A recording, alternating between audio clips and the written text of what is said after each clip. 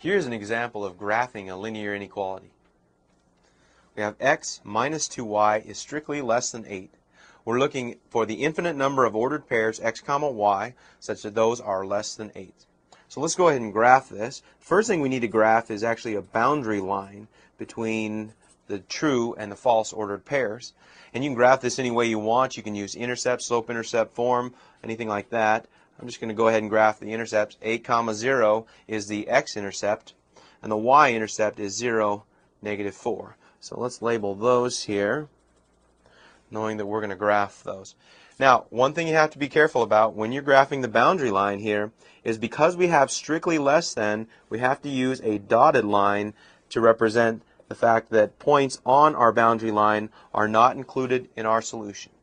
So that's a very important part of graphing linear inequalities. Now, we need to decide which side of the line, is it the upper left or the lower right, that gives us our infinite number of true statements.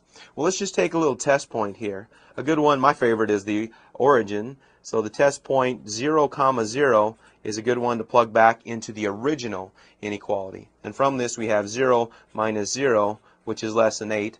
0 is less than 8. That's certainly a true statement. So what that means is every ordered pair above and to the left of this line, and not including that line, will give us a true statement for our inequality. So this is what the solution for this inequality looks like once we've graphed it entirely.